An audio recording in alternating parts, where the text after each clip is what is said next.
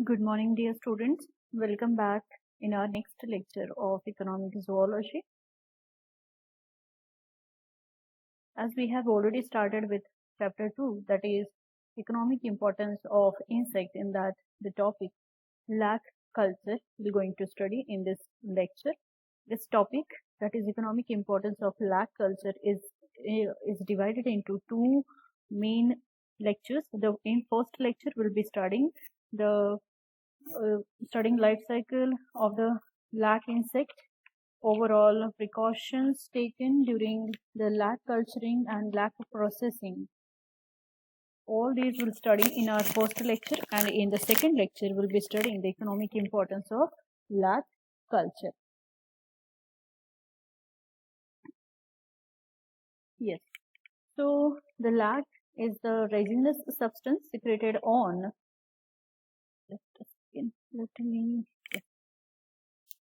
It is a resinous substance secreted on its host plants, tender shoots, branches, and twigs by the insect known as lac insect. In general, we called it as a lac insect.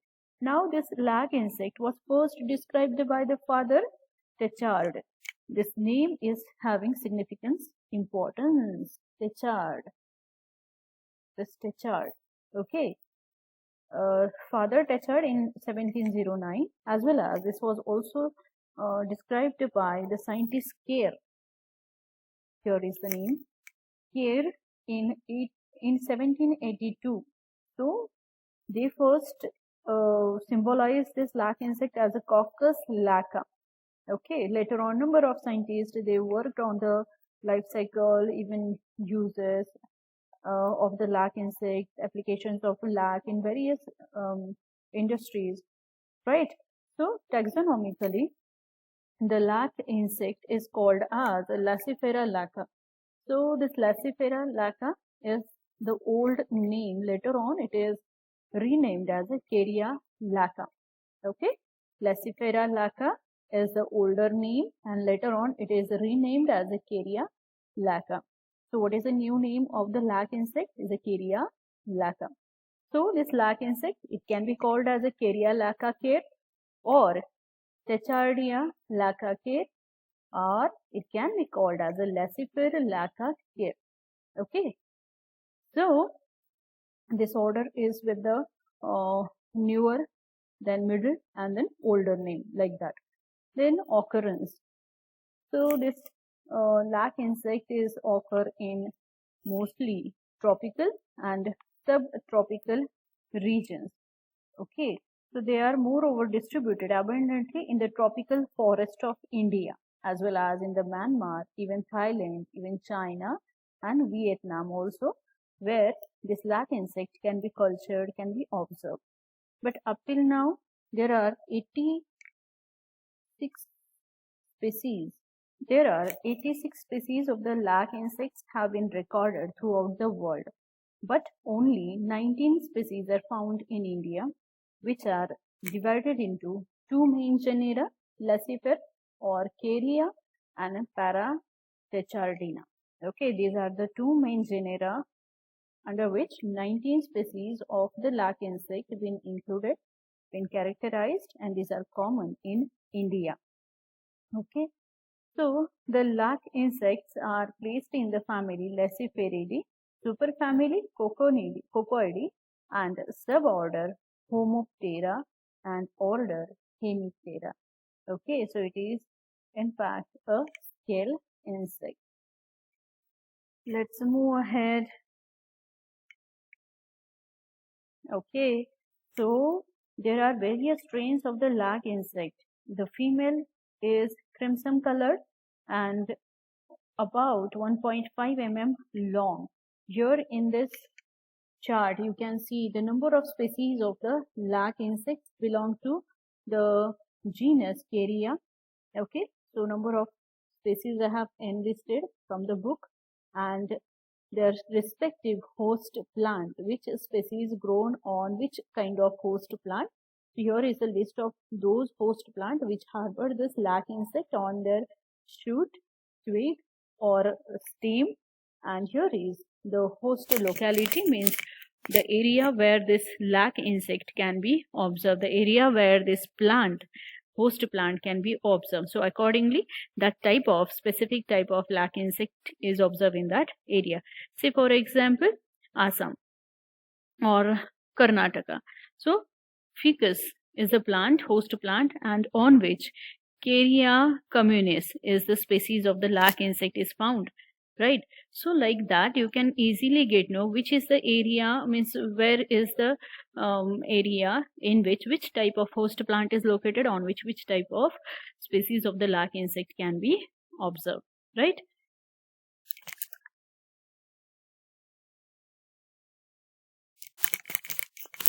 Right. Okay, so here is the second one genus, that is Paratachardina. In this genus there are near about 5 species are observed, which are located in Assam, then Karnataka, Tamil Nadu, Sikkim, even northeast regions, right? So number of species of lac insects are there, which included in this 2 genus or 2 genera. 19 species are almost there, right? Okay, now let's see the life cycle of the lac insect in very short. The female, here you can see the female adult, eggs, first nymphal instar, the second nymphal instar, third nymphal instar, and then adult. Okay, all right. So the female lays about 200 to 1000 eggs, okay, in her lifespan, and it contracts her body repeatedly so that the large number of small extensions, that is brood cells, are formed at the periphery of the female cells, and the eggs are locked in the brood cells. Okay, so these eggs hatch within 2 to 8 hours of their laying, and as soon as the first instar larva hatches out, they bore the brood cells and swarm to very tender succulent shoots, means young fleshy shoots or branches, at about 150 to 200 larvae per linear inch area. So this first nymphal instar immediately, or first larval instar immediately, when it comes out of the egg, it migrates to the very succulent, or you can say tender fresh branch, where near about 150 to 200 larvae can migrate at that point, and near about a area of 1 inch, this 150 to 200 larvae can be observed. They start sucking the plant sap voraciously as they are very younger, very delicate. We can say first instar, no, it is, so it is younger and delicate, so they need to feed on the shoot, which is also younger, right, and soft, so that they can easily suck the plant juices. Okay, now they start sucking the plant sap voraciously on one hand and secreting resinous secretion over the body on the other hand. So secreting resinous secretion over the body on the other hand, right? So lac is secreted by the dermal glands spread all over the body except mouth parts. Now what is, or which is the gland involved in secretion of the lac? Dermal glands. Okay, so dermal glands means the glands present all over their body parts. Okay, dermis all over the say, just for example, we have the sweat glands, okay, or sebaceous glands are there. These are the kind of a dermal glands. So like that, these members, they have the lac secreting glands or resin secreting glands all over their dermis, okay, dermal region, and through that dermal area, dermal glands, they secrete the resinous secretion except mouth part. Okay, mouth parts, they don't bear any kind of a dermal glands, except mouth part, 2 breathing pores and anus, from where the resinous secretion is not excreted. Rest of all body parts is going to secrete the resinous secretion, that is lac. They molt thrice so that the third instar larva, that is called as a nymph, develops into a adult.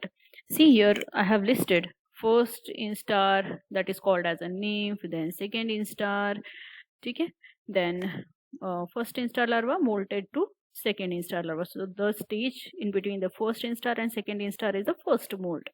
So accordingly, second instar larva undergoes second molting to a third instar larva undergoes third molting to adult. It becomes adult. So the male grows within 2 months, okay, and soon after emergence of the male moves to the female cells where mating takes place for about 3 to 4 days, and thereafter the male dies. So the male is very poor in secretion of the lac, whereas a female secretes lac throughout their life. Females are very potent in secretion of the lac. Let's move ahead.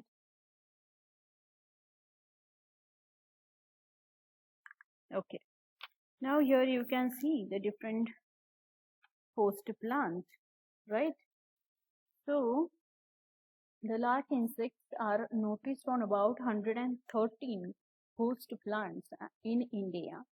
So these lac insects occur commonly on the number of host plants such as the pulas, bear, kusum, kher, babul, akashmani, even khatbar, sal, pigeon pea, dhaman, even series, bolia, burgad, and people are like the 14 different host plant on which this lac insect culturing or occurrence is very common.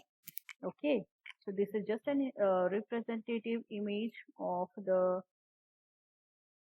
just a second, yes, babul plant as well as the image of the bear plant.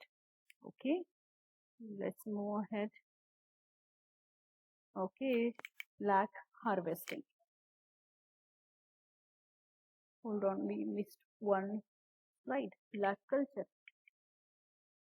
Okay, so for the lac culture, kusumi lac cultured on the host plant, that is a kusum plant. This is the image of the kusum plant, right?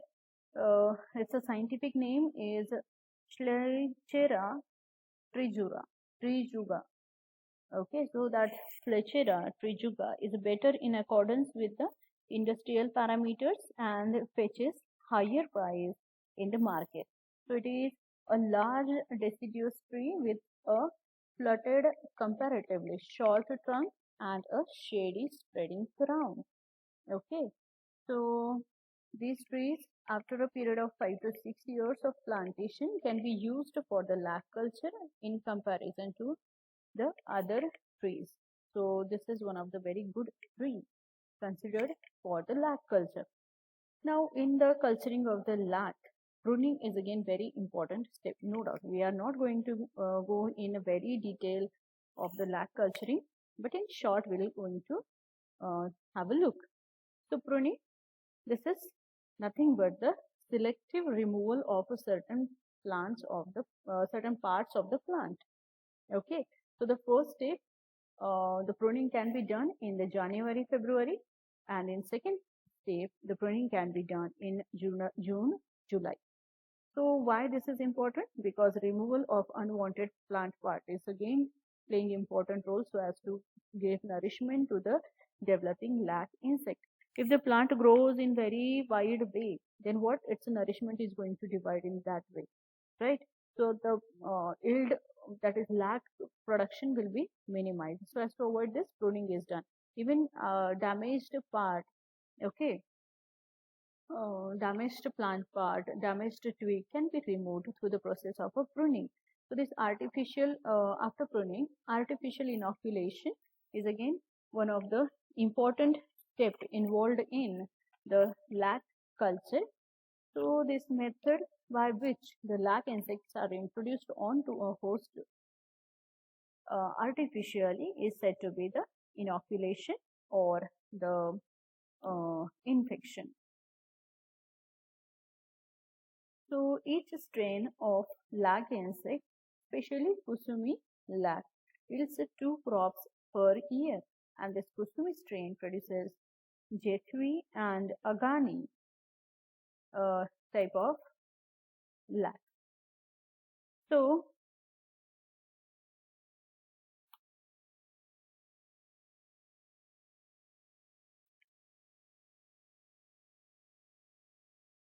for the kusumi, the name of the crop, that is Agani, which is inoculated in the period of June-July, and it is harvested in the period of January-February. Whereas the kusumi plant, for the kusumi again, Jethwy is the name of the crop, which is again inoculated in the month of January-February, and it is harvested in the month of June-July. So time of the inoculation and time of harvesting is again variable for different types of lands. Harvesting is the process of collection of a ready lac from the host trees.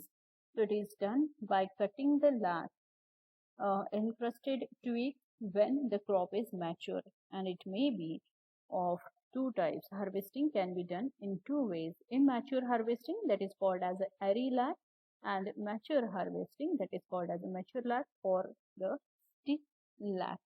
Now let's have a small introduction of the array lac or the immature lac and mature lac. Okay, so the lac is collected, immature lac is collected before swarming.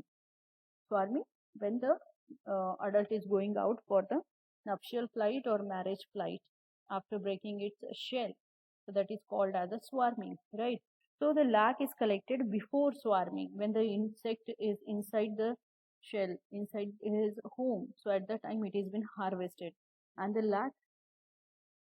So the lac is collected before swarming, and the lac thus obtained is known as a array lac. So the immature harvesting has drawbacks, as the lac insect may be damaged at the time of harvesting, right? As there is no swarming still happen, the insect is still remain inside the shell, and at the time when we harvest it, so the damage of the insect is quite possible. However, in the case of Pallas lac, that is Rangini lac, it is found that the array lac gives a better production, and hence array lac harvesting is recommended in the case of Pallas only, whereas in case of other plants it is not recommended. Okay. Now, in the case of a mature harvesting, what is there exactly? We'll see. Lac is collected after swarming. Okay, when the insect leave the home, leave their shell, then it is harvested. The lac obtained is known as a mature or the stick lac. All right. So is this is the stick lac or the mature lac. When the adult leave the cell, they go out of their homes, right? And then it is obtained, that it is called as a stick lac. To know the exact date of the emergence and swarming of the nymph, simple visual method is adopted. So, okay. So these lac sticks, they are collected and they tied in a bundles and immersed in the water, preferably running water, for about 3 to 4 days, and then keeping them well under water with the help of heavy stones. So the stick lac should be then kept in the sheds for drying, and then raw lac should be scrapped while sticks are still moist. Okay. Now, to produce 1 kg of the lac resin, can you imagine how many insects they sacrifice their life? Can you imagine? To produce 1 kg of the lac resin, around 3 lakh of the insect loses their life. For the one generation of 1 kg of the lac, around 3 lakh insect loses their life. So the lac insects yield resin, lac dye, lac wax, and it is further noticed that the brood yield ratio is 1:2.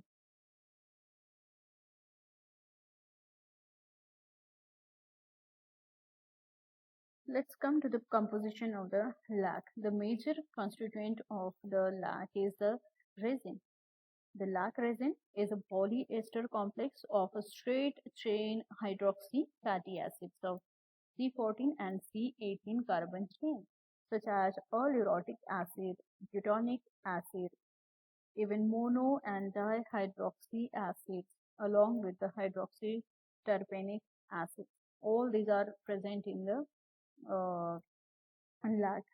Other constituents present are dyes, wax, sugar, proteins, soluble starch, even sand, woody matters, insect body debris, etc. are also present in the lac. So lac wax is a mixture of orthoquinoic derivatives. Percent-wise composition of the lac is given in number of textbooks or even in the references. So we can see near about lac resin is 68% is the lac resin present in lac, harvested lac. So lac resin is a major component, that is 68%.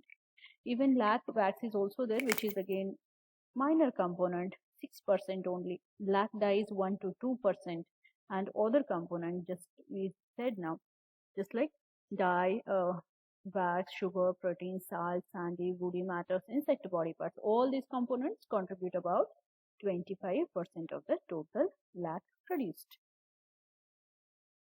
Let's see the lac processing. So the entire process is illustrated in this format, that is stick lac, which give rise to the seed lac, which give rise to the shell lac, which give rise to the button lac, as well as a dewaxed shell lac.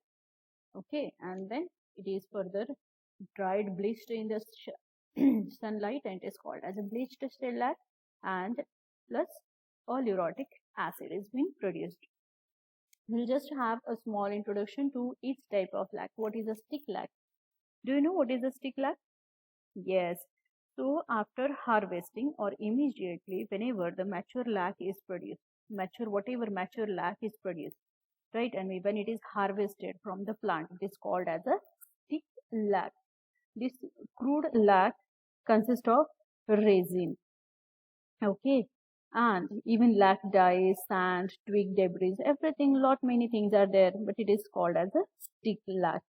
Okay, so the freshly scraped lac contains a lot of moisture, usually left to dry, and the quality and value of the stick lac depend very much upon variety of the factors, that is host plant, even climate, whether the crop is harvested before or after emergence of larva, and the method of drying as well as the storage. Okay, so number of factors are there which going to show their impact on the quality of a stick lac. And this stick lac can be dried and stored for long duration, like food grains we store for long duration, right? So it can be stored. Now the next is seed lac. So the primary processing to the seed lac soon after harvesting is necessary, because the storage of the stick lac is more congenious for lump formation and breeding of the stored pest, even thereby causing substantial losses and deterioration in quality of the desired industrial parameters. So the stick lac is crushed and sieved to remove the sand as well as dust. It is then washed in a large vats again and again to break open the encrusted insect bodies. To wash out the lac dyes and twig debris, it has been washed continuously. Even decaying bug bodies turn a water a deep red, that is processed further to get the byproduct as a lac. Okay, so processing is required, and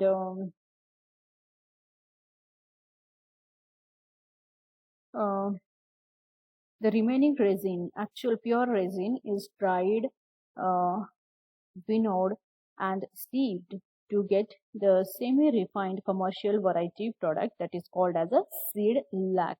So seed lac is what?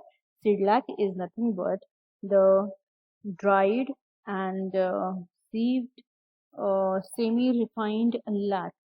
Okay, dried, sieved, semi-refined commercial lac is said to be the seed lac, which is prepared after processing on the stick lac. Okay, now shellac. So the shellac is the name of the finished product and is commonly used across the world. What is the shellac? Finished product. Okay. So the shellac is processed into a shellac. All right. Shellac is processed into shellac by number of methods, that is handmade country process, even the heat process or the solvent process. Number of processes are there for preparation of the shellac, but this shellac on an average we can say it is the refined or commercial finished product. Okay, that is called as a shellac. And later on this shellac can be converted into the dewaxed shellac as well as button lac. It is packed in the form of a small button like lac pellets, that is called as a button lac. Even dewaxed lac is also there. This dewaxed shellac is white in color, and in the same way as only it is dewaxed and it is similar in its properties as like the other wax. Okay, even bleached shellac. So this bleached shellac, obviously it is bleached means it is a white in color. Okay, it is little bit harder, shines, and what we can say, brighter. Okay, so bleached lac has a superior characteristic and qualities. That is, it is one of the good adhesive agent. Even it is used in binding, hardening, gloss, odorless. Okay, so because of these properties, that is adhesive, binding, hardening, gloss, and odorless, it is a good material for the industry, pharmaceutical, as well as even in other industries also it has been used. Okay, and the last one, that is aleurotic acid. This aleurotic acid is obtained from the shellac by saponification process, and it is a unique acid containing 3 hydroxy groups, of which 2 are of adjacent carbon atom. So this hyaluronic acid is again white powder or granules, and it is moderately soluble in hot water, as well as it is been used in perfumes and pharmaceutical industry because of its nice odor. Okay. Okay, students, rest of that is economic importance of lac culturing we'll see in tomorrow's lecture.